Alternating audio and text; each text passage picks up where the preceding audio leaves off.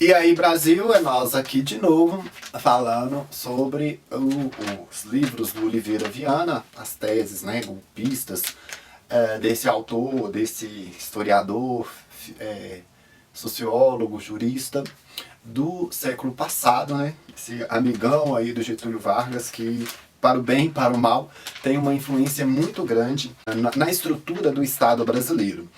E esse vídeo aqui talvez seja o mais importante de todas as resenhas aqui e talvez não, ele é o mais importante de todas as resenhas aqui do Oliveira Viana. É a partir desse vídeo que eu vou desenvolver as minhas ideias, os outros vídeos, e que não vão ter já esse caráter bibliográfico, vai ter mais uma questão mais opinativa. É a partir dessa perspectiva que eu vou falar as coisas daqui pra frente. Então preste muita atenção, assista com tranquilidade esse vídeo. Se você não tem tempo agora, pare e volte depois, porque é importante o que eu tenho que falar aqui. Eu comecei a estudar política desde 2013, foi em 2015 que eu cheguei a conhecer a obra do Oliveira Viana, 2017 que eu li esse livro, que eu fui alargar a minha compreensão de Brasil, de república, de privilégio e também da questão racial, né, que me levou ao Oliveira Viana. E esse livro que me ajudou a ter um retrospecto de 100 anos para trás, para entender a situação do Brasil de hoje, no contexto desse Estado que nunca foi eficiente, em contexto dessa desigualdade muito profunda, em contexto também da nossa violência que é muito enraizada, da corrupção, que tudo tem perspectiva no caráter autoritário do brasileiro. Esse livro, O Idealismo da Constituição, eu já falei que ele foi escrito em 3 momentos. O idealismo na evolução política do Império da República, que é a última resenha que eu fiz, foi escrito em 1922. Já o idealismo da Constituição, a primeira parte, em 1924. A primeira resenha do canal, aquele livro, aquele vídeo ali que eu faço ali de improviso, segurando a câmera na mão. E esse é o terceiro momento que o Oliveira Viana escreve esse livro. Na parte final, né, eu falo esse momento, mas esse é a última parte desse livro, escrita em 1938, que é a partir dali que ele vai falar sobre o primado do poder executivo, vai dar a justificativa do golpe, ele vai citar nominalmente a influência do nacionalismo imperialista de Mussolini, ele vai falar que também tem direta influência com o nacionalismo racista do Hitler. Então ele vem aí a reboque governos totalitários. Ele vai justificar esse golpe dentro do golpe, que é a Constituição da Polaca, né, que é a Carta de 1937, que teve influência direta dele e do Francisco Campos, também do Azevedo de Amaral e do próprio Getúlio Vargas, que são aqueles ali que escreveram sobre o centralismo autocrático, sobre essa democracia autoritária que eles pavimentaram até ali. A intenção da Carta de 1937 é tornar o presidente a autoridade suprema do país. É ele que vai presidir, ele que vai governar, ele que vai administrar. Através da Carta de 37 é que faz uma ampliação sem precedentes dos poderes do presidente da República, ao ponto dele poder dissolver a Câmara dos Deputados e assembleias estaduais.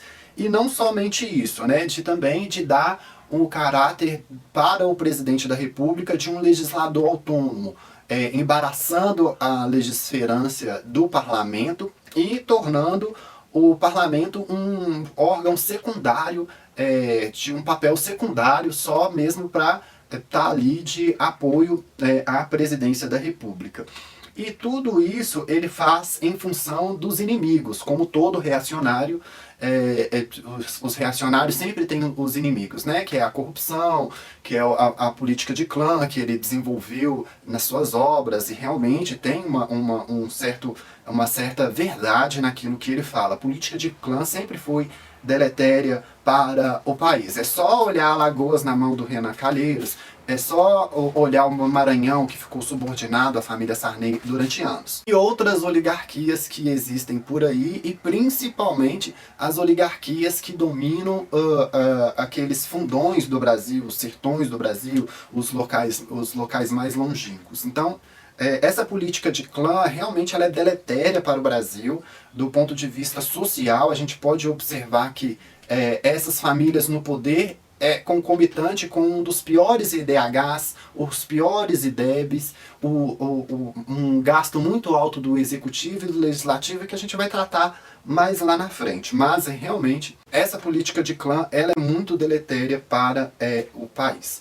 Aí, o que aconteceu além desses inimigos aí que o Oliveira Viana dizia sobre a política de clã, sobre a falta da gente não ter essa opinião organizada, essa opinião pública, como eu falei no primeiro vídeo sobre o idealismo da Constituição, ele vai falar que muita da reação dele ali foi dessa incapacidade do presidente de administrar o país em função da Carta de 1934.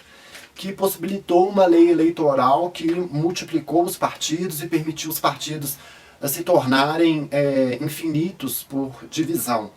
E com essa escala dada pelo sistema proporcional fez com que dificultasse ainda a administração do país, porque até aquele momento os clãs partidários já eram considerados facciosos e as estruturas partidárias ali só faziam frente contra o erário público, contra o Tesouro Nacional, e que não tinha consistência programática, eles não tinham projeto nacional e estavam ali atrapalhando a questão da governabilidade.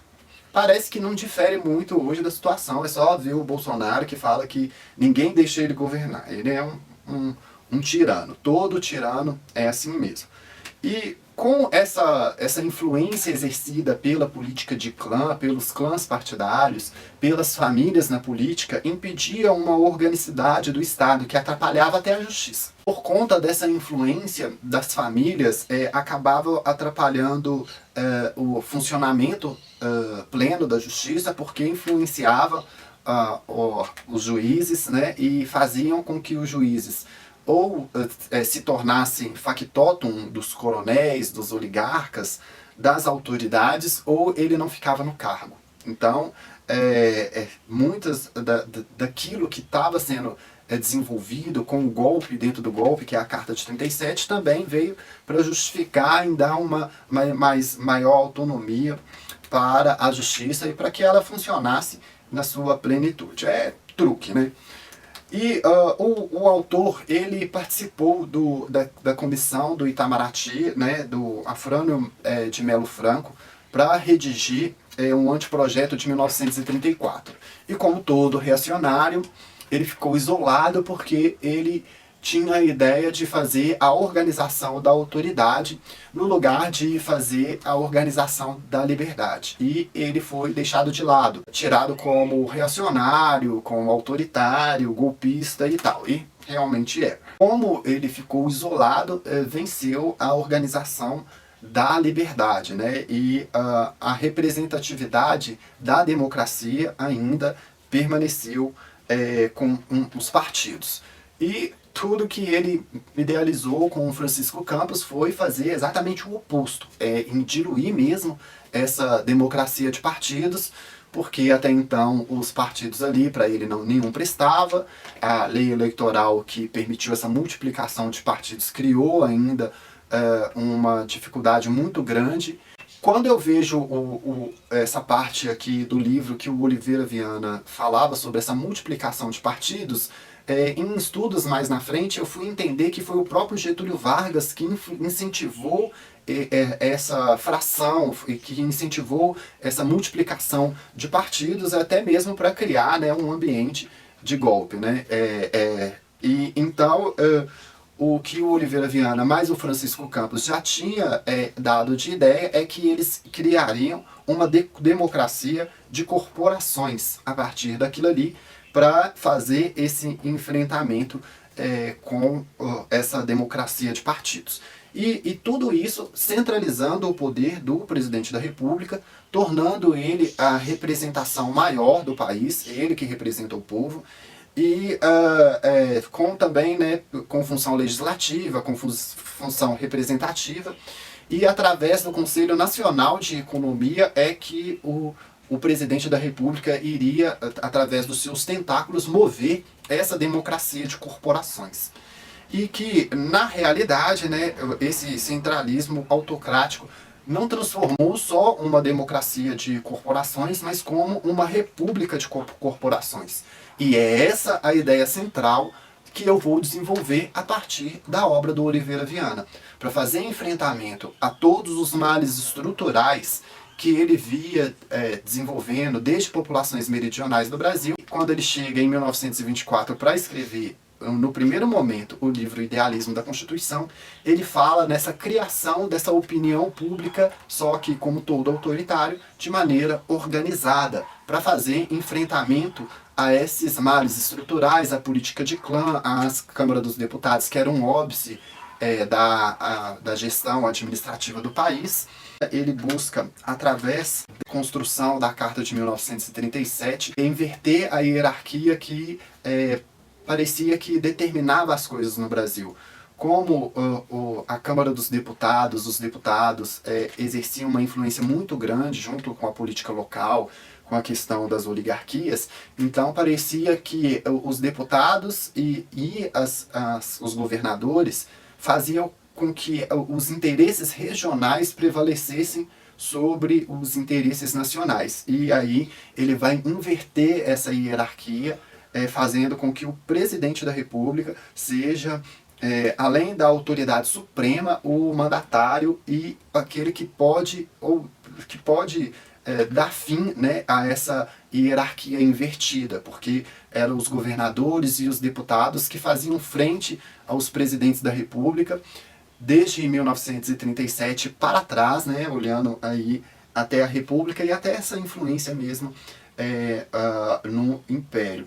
Então, ele dizia que todo esse centralismo vinha para fazer frente a esse poder regional, e porque também as máquinas partidárias dentro dos estados tinham um poder muito grande de decisão, de controle de poder. Em alguns estados brasileiros, a força policial tinha mais poder do que o próprio Exército Nacional, e aí depois do golpe ele vem fazer com que todas as polícias sejam reservas do Exército Nacional, para que ela seja submetida à lei federal, e também para impedir a sublevação das polícias frente ao Exército Nacional, frente à União, frente ao poder do presidente da República. E em 1930 já acontece muita coisa. E eu lembro de um dos enfrentamentos que o Getúlio Vargas fez foi com o sistema financeiro, né? Porque até ali em 1930 tinha uma agiotagem muito grande que impedia mesmo o sucesso da economia, a progressão dos investimentos, do funcionamento financeiro do país. E hoje a gente já não tem mais esse combate. Infelizmente o sistema financeiro aí domina o país, graças à emenda 40 do Lula.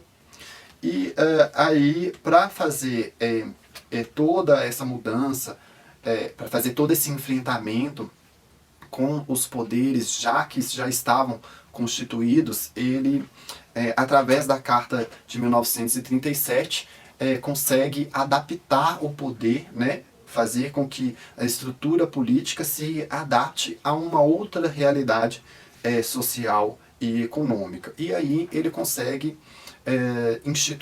institucionalizar essa república das corporações dentro dessa democracia autoritária, porque muitas já tinham se preocupado com a questão da organização do voto. E aí ele vai trabalhar a questão da organização da opinião pública, né? E como seria organizado isso? Através dessa república de corporações, através dessa democracia de corporações.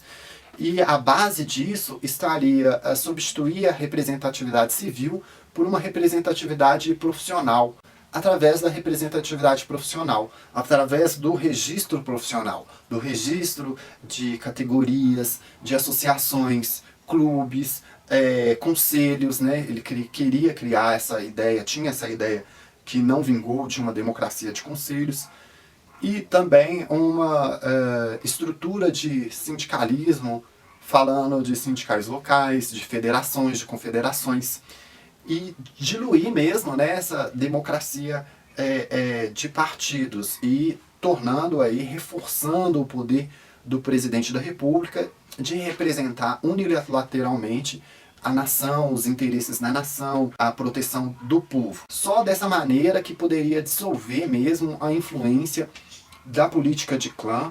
É só assim que eles poderiam vencer esses males estruturais, né, do Brasil, criando, né, institucionalizando essa burocracia, né, que iria consolidar essa democracia corporativa, essa república de corporações, pavimentando a democracia autoritária, né, que era tudo aquilo que eles já tinham construído do ponto de vista doutrinário. Até ali eles falavam muito nessa democracia, né? Uma coisa que eu vi o Marco Antônio Villa falando recentemente sobre o Oliveira Viana, ao tratar do autoritarismo do Bolsonaro, é que muito se falava na democracia, em usar o autoritarismo para chegar na democracia, e é algo que não existe dentro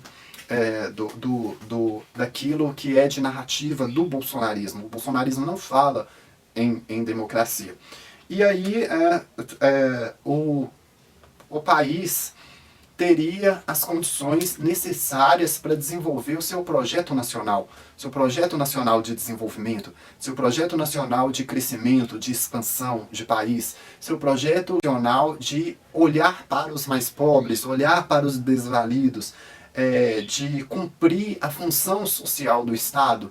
Ele queria que o Estado tivesse uma organicidade que não só alimentasse os aspectos burocráticos do Estado. Ele queria que o Estado realizasse essa função social, né? E de ter instituições sociais sólidas para fazer frente à pobreza, à miséria, ao analfabetismo, né? Essa situação econômica dos mais pobres, dos mais desvalidos, de incluir a classe social mais baixa dentro do processo produtivo. E aí que ele vai fazer com que o presidente reúna todas as condições para que ele exerça ali na presidência da República tudo aquilo que era necessário para dar as garantias, né, e a proteção, não só aquelas liberdades que ele já falava no primeiro ensaio, né, o idealismo na evolução política do Império e da República, mas também de garantir o bem-estar social, tanto da nação quanto da sociedade, principalmente incluindo os mais pobres dentro do processo produtivo, fazendo com que esse bem-estar social não seja uma coisa restrita ali da elite, promovendo, né, a segurança das massas, dando garantia dessas massas ter uma educação pré-vocacional, ter uma educação profissional, garantindo mesmo, né, a segurança das massas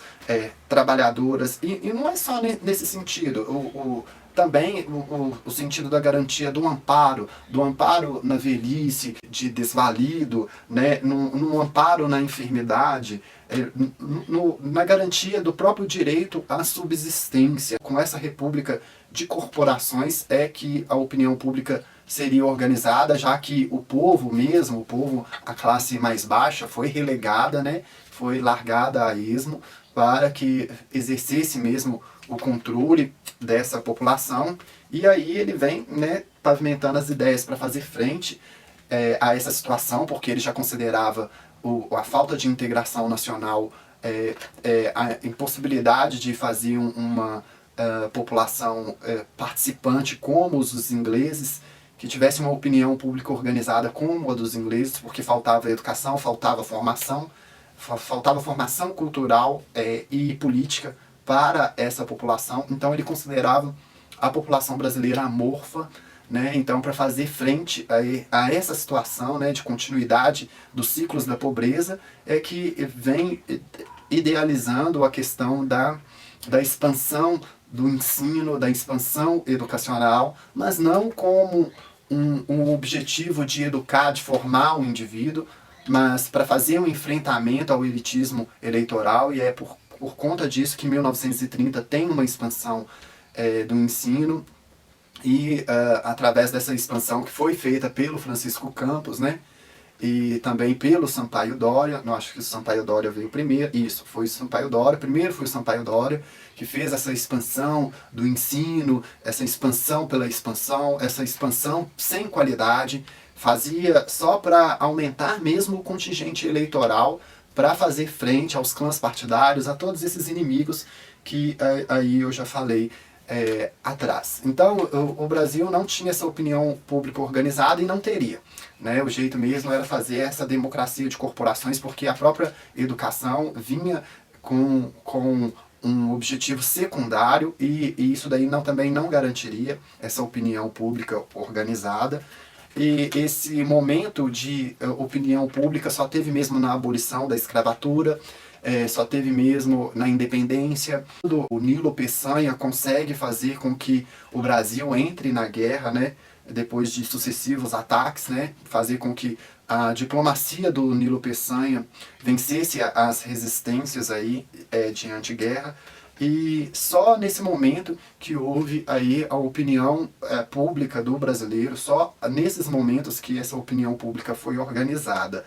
E hoje a gente tem essa estrutura de Estado que é a República de Corporações, que tinha na base uma perspectiva de confrontar a falta de eficiência constitucional, a falta de concretude constitucional na vida do brasileiro. E é o que acontece hoje com a Constituição de 1988, que no dizer do Ulisses Guimarães, ela é uma Constituição cidadã, ela não é uma Constituição cidadã. Eu falo por mim, que sou negro, que sou periférico, que venho da educação básica. Ela não é cidadã, ela é uma Constituição das corporações. Vou desenvolver aqui o porquê de eu não considerar aqui essa Constituição cidadã, e que a gente vive ainda nessa república de corporações fundada, influenciada por esse importante livro que ele escreveu, já nesse terceiro momento, em 1938, que é o Idealismo da Constituição, a partir do primado do poder executivo.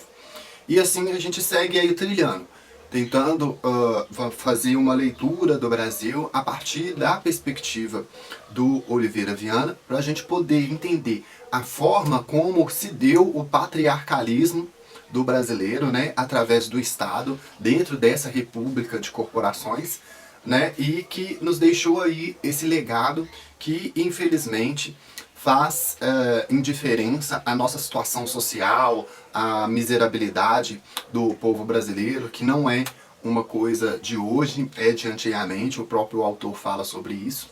E a gente poder olhar para frente aí, fazer as perspectivas para analisar o Brasil a partir disso daí. Agradeço você que assistiu até aqui, e a gente se encontra aí em outros vídeos. Até mais!